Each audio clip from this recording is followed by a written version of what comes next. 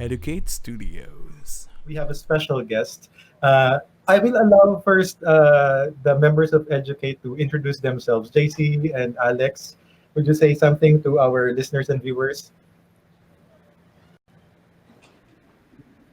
Hello, everyone. So, we're going to make our very first podcast, which is the Relate the Millennial Teacher with Sir Rodney Cajimat.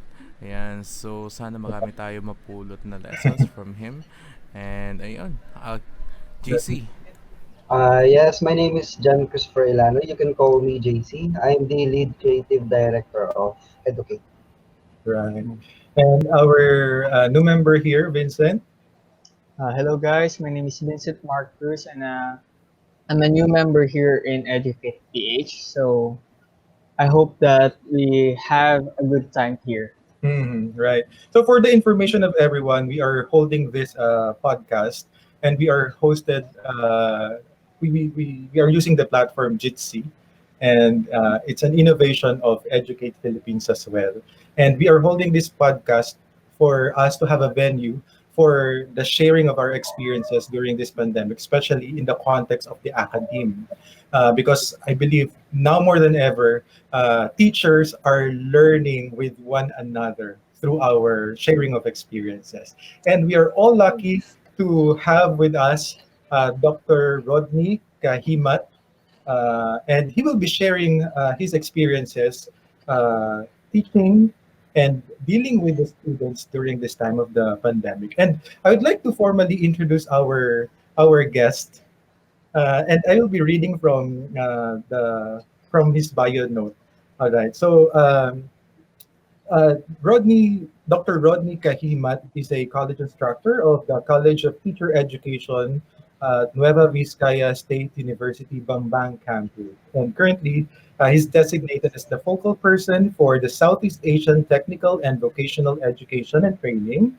Dr. Cajimat finished his degree in Doctor of Philosophy in Science Education, major in Biology at Salle University, Manila, where he was an outstanding dissertation awardee, right?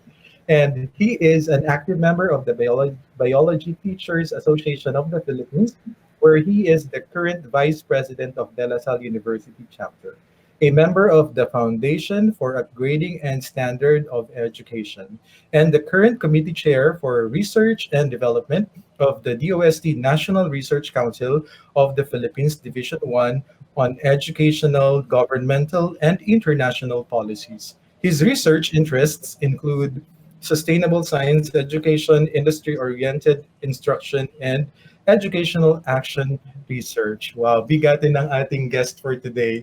Hi, Sir Rodney. Yes, hello. Good morning. Good morning. So, how is it going in your university? Right now for the online and remote learning, no. So, yun yung uso sa atin ngayon. Actually, hindi lang dito sa university namin yung gumagamit ngayon ng online education, but I guess halos lahat ng university dito sa Pilipinas because of the pandemic. Well, we're doing great naman, and we are actually thinking innovations, strategies, methods to improve or to deliver quality education despite the pandemic. Right, right. So, before we go to the meat of our conversation today, let's give our viewers like the background of how everything led to where we are right now and where you are right now in terms of facilitating the learning of your students. So, Sir Rodney, can you give us like a background about what preparations you made prior to the opening of the semester? Actually, in our university, na-delay eh. Dinelay namin yung opening ng klase. Supposedly, we're opening like August sana. But because of this pandemic, and we understand the situation that we are not actually ready about it, na-delay yung aming opening hanggang maging October siya. So we were just, we just opened our class last October 5 for us to have preparations, for us to prepare the modules or our instructional materials for our classes. So we don't like naman opening our klase na hindi kami prepared. So, Right. yes. So, the administration gave us enough time to prepare naman for our students. Right. That's one good thing, ano, among university, I guess, it's the recognition that they are not yet ready. You know, to admit that fact is really hard for academic institutions. Pero Yes. it will really prepare you when you know that you are not yet ready. Kasi parang Mm-mm. the first step talaga, because you'll not progress, or you will not be able to move on if you will not recognize where you are currently. So when you said, sir, that you felt that at the beginning of when you planned to open the semester in August, you felt that you were not ready. What did you exactly mean about that? What? The Yes. university conducted surveys, Mhm. di ba? Tinanong nila yung aming students kung anong mga gusto nilang platforms. They asked our students about their status right now, most especially so that our students come from different areas of our province, ganyan. Meron pong taga far-flung area as far as like Kasibu, one of the farthest naman yun, places from our university. So isa siyang parang sa mountainous region, something like that. And some areas na walang internet connectivity, for example. So yung mga students namin na sa mga area na walang internet connection, malayo sa sentro, malayo sa university, something like that. Yun po yung mga factors na kinonsider ng aming university sa kanilang planning, okay? Right. And for to create policy on academic guidelines, something like that, kung anong magiging strategy namin para sa aming mga klase. So yung mga yun po ang kinonsider talaga ng university namin. Right. So the different circumstances of the stakeholders. And then finally, when did you decide to open the semester? We were informed siguro a few months ago. Mhm. Na-inform na kami na madidelay yung aming opening ng klase. So that time, nag-prepare na rin po kami as teachers, okay, para sa opening ng klase namin. So ganon. Right. So I assume you prepared some modules. Yeah, some of us prepared modules and some of us innovate some strategies to contextualize our classes. Kasi of course, you cannot naman treat any diseases with the same medicine, kumbaga parang ganon. Right. So kailangan mag-contextualize yung mga teachers, kailangan nilang i-consider yung situations ng bawat students nila. So yung module, something like that, may not work for one, may work for a student but not for the other student, something like that. So kailangan i-consider yung mga ganong bagay. And then, so how did you start the semester, sir? Like what orientation? Did you do orientation and then you discuss the platforms that you're going to use for your classes? Yes, meron po kaming university orientation, yung Nueva Vizcaya State University, na yun nga, nabanggit kanina na university ko ngayon.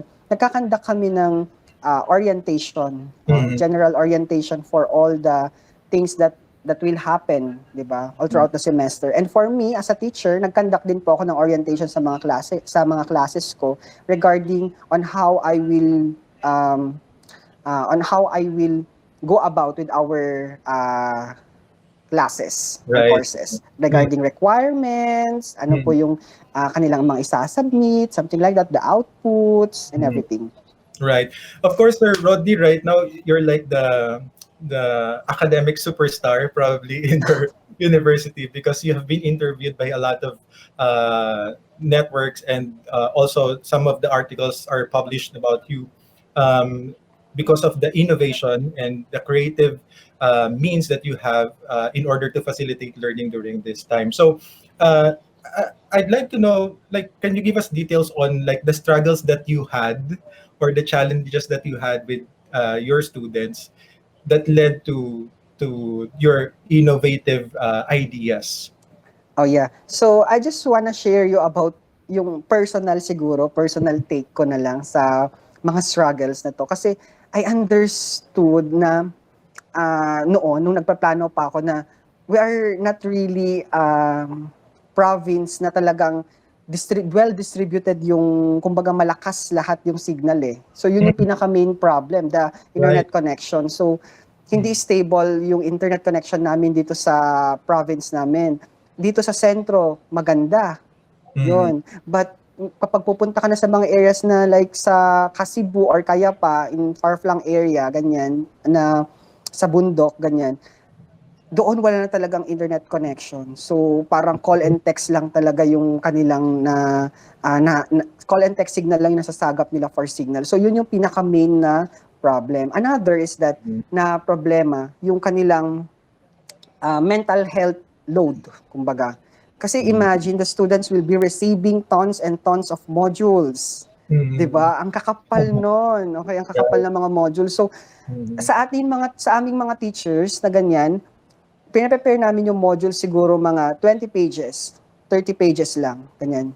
Pero kapag yan na-receive ng student na merong 25 units or 27 units na load sa kanilang klase, ang kapal na niyan. So imagine yon na mag-open up yung student sa akin na, sir, ganyan, parang hindi ko na po kaya kasi yung module ko ang kapal-kapal, paano ko po ito tatapusin lahat. So yun yung mga problems na na-encounter naman ng mga student.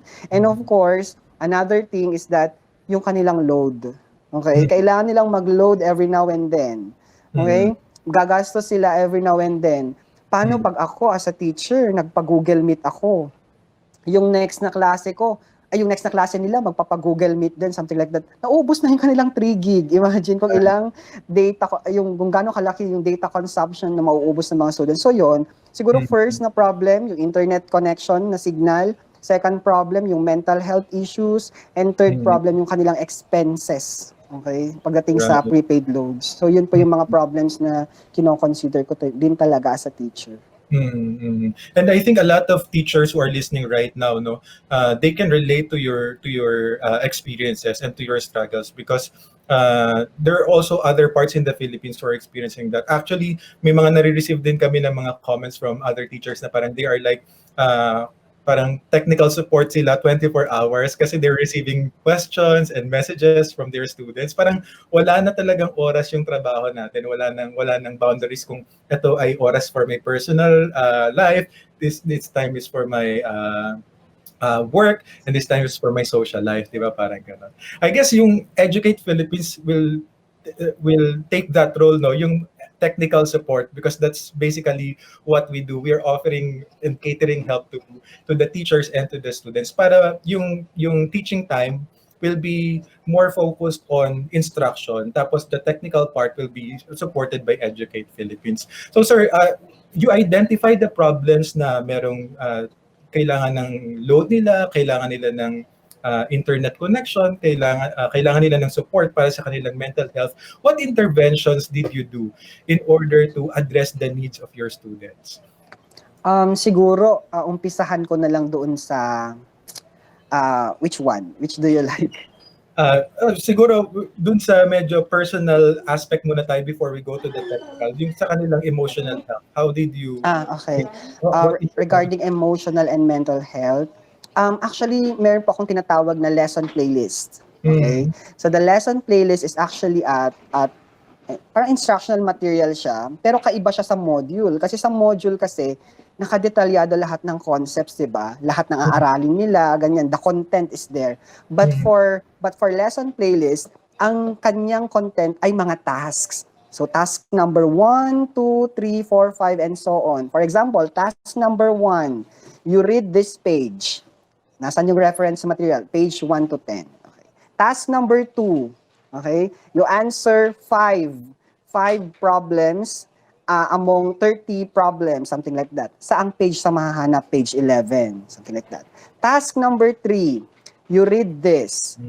Saang page siya mahahanap? So it's just like that. So chronologically arranged na po lahat ng mga task at yung mga at yung corresponding reference ay provided na din at na-upload. Ngayon, to address mental health, the issues on mental health, ganyan. Meron akong mga wellness and activities for well-being. For example, task 1, di ba? Read this part. Task 2, answer these 5 problems. Task 3, read again this article. And then on task 4, ganyan, meron nakalagay doon na do 3 of these tasks. Number 1, hug your parents. Number 2, say I love you to your mom or dad. Task number 3, skincare. Task number 4, workout. Task number 5, sleep all you want. Task number 6, play ML, something like that. So, merong mga break times, merong mga activities for well-being and for wellness para makapag-rest sila. Imagine yung mga student natin kasi, kung sunod-sunod yung mga task natin na ganyan, tapos hindi man lang nila, wala man lang silang time for themselves, ganyan. So, kapag nakita nila yung task ngayon na parang, nakaka-surprise, ba't may ganitong task? Ganon yung mga immediate reaction ng mga students ko eh. Parang natuwa sila because as their teacher, I am also considering their mental health. And they are actually excited about the next task, something like that. Kasi nagkaroon na sila ng parang break from academics. So there. Right. So if I To were your address the issues on mental health. right, if I were a student, I would feel na parang, it's a breath of fresh air. Parang I was expecting na puro serious tasks ito. Well, of course, these are also serious tasks, but these tasks deal with my emotional and mental, promotion of my mental health. Right. And then what about the technical That's right. of your intervention? Sorry po. The technical aspect, like if you are already able to address the emotional needs and the mental health needs of your learners, paano naman yung mga kanilang technical difficulties? How did you intervene, or what interventions did you do? Right. Kasi, for example, yung lesson playlist na ibigay ko na. So, actually, less than 5 pages lang yun eh. So, actually, of that, or the tasks, in the lesson playlist, actually, how do I term this one? It will target a particular competency. Kasi, of course, meron tayong syllabus din na sinusundan. So, may mga objectives, may mga competency na kailangan din talagang i-attain. So, to answer that, okay, so, minomonitor ko sila, okay, individually. Doon na po pumapasok ngayon yung teleconferencing, okay? Because, the interesting part.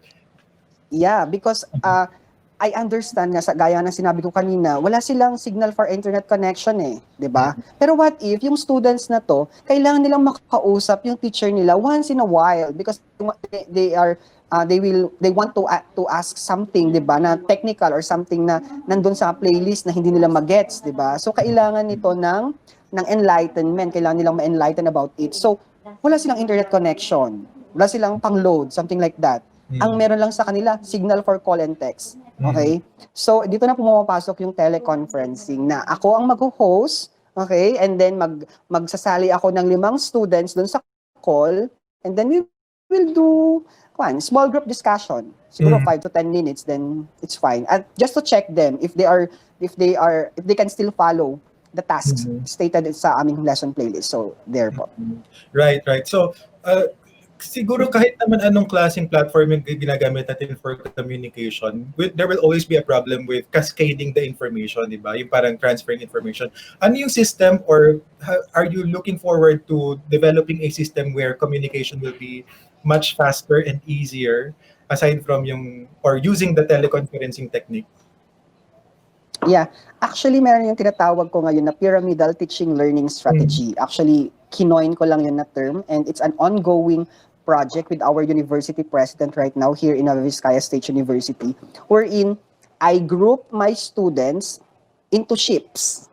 Okay. Tinatawag ko ngayon itong naval fleet strategy. You know what's naval fleet, di ba? Meron kang commander. Tapos yung commander in charge sa mga ship. Tapos yung mga ships, may mga kanya-kanyang navigator, captains, engineers, lieutenants, cabin crews, something like that. So yung mga ships na to sa klase ko, they actually ship ito ng mga students with the same mobile network. So I group my students according to their mobile network. Isang ship for Globe and TM subscribers at isang ship for smart and talk and text or cellular subscriber. So in that way, pag magkakandak ako sa kanila ng call, something like that, I can just use my SIM card for Smart or Globe para mas matipid. Pero sa part nila, hindi sila gagastos kasi ako ang mag-host or ako ang tatawag sa kanila. So, yon, ganon yung aming sistema.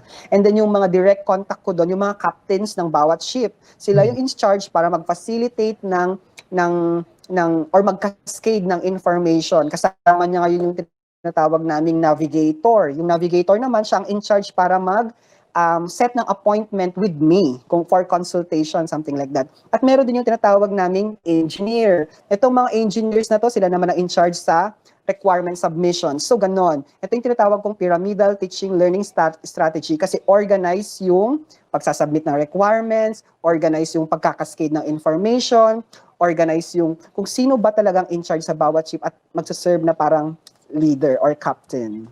Right, right. So it's also a good way for the students to demonstrate their leadership skills, no, and take responsibility of their classmates as well. Pero sir, how did you identify the students who will take a particular role in the pyramid? Yeah. So there, may mga criteria Meron akong set of criteria, depende sa role. For example, captain. So the captain of the ship, dapat stronghold siya, di ba? Kailangan meron siyang leadership quality. Pero yung pinaka-main na requirement ko is that meron siyang internet connection at palagi siyang may load sa kanyang cellphone. Kasi in that case, at any time, pwede ko siyang kausapin. At any time, pwede siyang mag-cascade, mag-GM, kumbaga, di ba? Kasi palagi siyang may load Kumbaga, siya yung bangka, kumbaga, the captain of the ship, something like that. So, there, yun yung mga aking qualities. And of course, dito sa aming province, syempre, hindi naman lahat anong tawag doon, privilege sa mga ganitong klaseng facilities sa kanila. For example, internet, di ba? Hindi naman lahat sa amin naka-PLDT fiber, kumbaga. So, yung mga naka-PLDT fiber lang siguro, sila na lang yung aking inaatasan sa roles ng captain, navigator, or engineer. So, ganun Right. po. Siguro may mga university admins din na nakikinig sa atin ngayon. And parang I think this is an aspect that we need to include in our training, no? Parang not only technical yung training, but also parang may leadership training. How will you become a member of a responsible member of the online classes? Parang if I'm a student, I will not just be receiving information from my teacher. I will also be taking part in facilitating instruction if I have the resources at my disposal. Diba? Parang ganun. Right.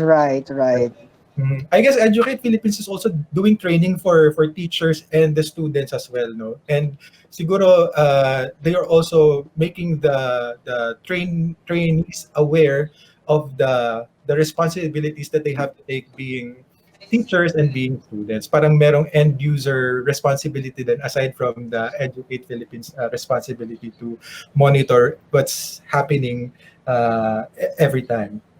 And what are you also foreseeing other developments, sir, aside from the ones that you have already designed na system? Meron pa ba ikaw nakikita na in the future parang I plan to do this and this is I'm proposing to our university, and they're very parang welcoming naman to your ideas? Yes. My university actually supports this idea. Actually, just a while back, okay, I had a meeting with our president at talagang gusto niya na i-push through ito kasi parang gusto niya rin i-recommend ito para sa mga iba naming mga, kasi dito sa amin, for the information of everyone, marami pong colleges at itong mga innovative pedagogies po na ito na sinashare ko ngayon sa inyo ay ini-implement lang ng colleagues ko sa College of Teacher Education. And yung vision ko po is that share ito sa aming buong university para i-consider din po nila itong pedagogy na to kasi it will help the students and also the teachers themselves, di ba? Right. Parang other colleges will learn from your strategies, and then eventually other universities will also learn about your best practices in your university. I think we are all learning here. Even Educate Philippines is learning something. Maybe we can include your ideas into our innovations na parang in the future we'll do more research and then we'll include the result of that research into our services, in the services that we are offering. Thank you so much. Actually, ang dami nagme-message din sa akin na professors from other university asking paano ko ba ginagawa yung lesson playlist, what is lesson playlist, paano yung teleconferencing, something like that. So, really, I thank you guys sa Educate kasi I think if mapapanood ito ng mga followers ko sa Facebook, ganyan, matututo din sila kasi I'm already exposing my innovative pedagogies to all of you through sessions like this. by Educate Philippines. So I thank Mm. you guys for that. Right, right. Of course, JC, if you have questions, Alex and Vincent, you can ask your questions before we end our session for today. Baka may questions kayo kay Sir Rodney, JC. Actually, JC here. When did you graduate, JC? I graduated last 2018. 2018, right, right. Hmm. So, how would you feel just in case you'll be going back to studying, and then Sir Rodney will be your professor? I feel, sir, na we all know that this pandemic is very stressful, and Mm, we're all doing everything to make it less stressful. So sa way po ni Sir Rodney, parang nasa pinaka-minimal lang yung stress. right, right. Siguro po ano, kasi nakikita natin na yung iba kailangan talaga ng ano, ng more help in studying, and not everyone can learn at the same speed. Right. Some are fast learners, some are slow Mhm. learners, but it doesn't mean that slow learners doesn't learn big. It's just Mhm. that we have different capacities. Pero sa way po ni Sir Rodney, it accommodates all. It doesn't marginalize. It accommodates all. Right, right, right. Mhm. At the students end, parang we would feel na very considerate si professor, na parang hindi lang siya nag-work on his level, parang tinitingnan niya rin the levels of the students and the capacity of the students. Right, right. And I'm sure your students really appreciate you a lot, Sir Rodney. And of course, your colleagues for sharing with them your creative ideas. Yes, actually, every time kasi na mag-share yung student sa akin about his or her struggle, ayun yung good thing pala sa mga klase ko. Because of this strategy, para mas nagiging open sila sa akin na Mhm. kung ano nararamdaman nila, nasasabi nila sa agad sa akin. Right. And hindi pwede kasing may maiwan sa klase, 'di ba? Hindi pwedeng Right. one size fits all. Hindi pwedeng module na lang, ganyan. Paano na lang yung mga hindi nakakasunod? So, lahat ng yun, kahit small na problem, ganyan, kailangan ko yung i-consider kasi education for all. No one gets Right. left behind. Right.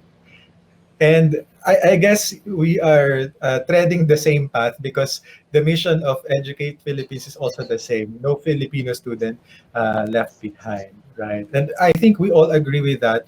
And if that serves as our moral compass, I think we are uh, we are on the same journey. And if we have that as our moral compass, I think we are treading the right path as academicians and as private individuals who are supporting the endeavors of academic institutions.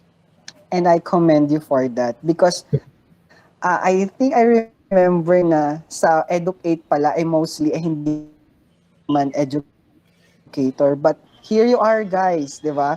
Meron Right. kayong malasakit para sa education ng mga Filipino, something like that. You are including lahat ng bata, lahat ng mga mag-aaral, lahat ng ating learners, okay? For inclusive education, 'di ba? Something like that. So I really commend you for that. So Thank you. actually nag-goosebumps ako no nung nalaman ko na wow, Educate, but mostly hindi pala educators. I mean by profession, something like that. But you Right. have this concern, you have this passion for our learners Mm. talaga. Thank you. Mm. Yes. And of course, I think everybody in Educate Philippines also amazed and very thankful for a teacher like you, a professor like you, Sir Rodney, because of your concern for your students. You know, a lot of teachers are doing their best right now to support the needs of their students. And although we understand that it's not only the students who are struggling right now, even the teachers have their own struggles, even the teachers have their own plight. But here you are exerting all your efforts in order to make a way for learning, for learning to occur, for learning to happen. And as JC said, you're not marginalizing, because what you're doing right now is that you are providing and you are offering quality education to everyone, regardless of their economic background, regardless of their social background, regardless of their capabilities. Actually, uh, this kind of innovation that you propose, that you are doing, is doing really a good, uh, uh, benefiting everybody, all your students. Right. So Rodney, thank you so much for your time. We know that you are very busy, and we understand that you have lots of meetings to attend to today. And thank you so much for accepting our invitation to be our guest And thank today. you so much too to Educate Philippines. Sana guys, dumami pa ang mga katulad nyo, okay, na may malasakit para sa edukasyon ng ating bansa. And of course, international, okay? So kasi I believe that you have also the linkages to international organizations, other international organizations. And thank you for inviting me to share this simple ideas, okay, on innovating my pedagogy, okay, and addressing pressing issues regarding the online, remote, or distance learning in this pandemic. Thank you very much, guys. Thank you so much to Sir Rodney. And I learned that the weather is not very fine in Nueva Vizcaya. Indeed. Yes. So stay safe and stay healthy, Sir Rodney. Okay, yes, thank you. Yeah, bumabagyo na dito, but I'm glad na hindi nagkaroon ng power outages ngayon. But yeah, stay safe din po kayo dyan, lalo na ngayon, pandemic pa din. So, wag tayong pakampante na bumababa ang cases, ganyan. Hanggat hindi nagiging zero, okay, maging safe po sana tayong lahat at mag-ingat pa rin palagi. Right. So we hope to see you again, Sir Rodney. And we'll keep you in the loop para anytime na meron ka ulit mga innovative ideas to share, we'll invite you again.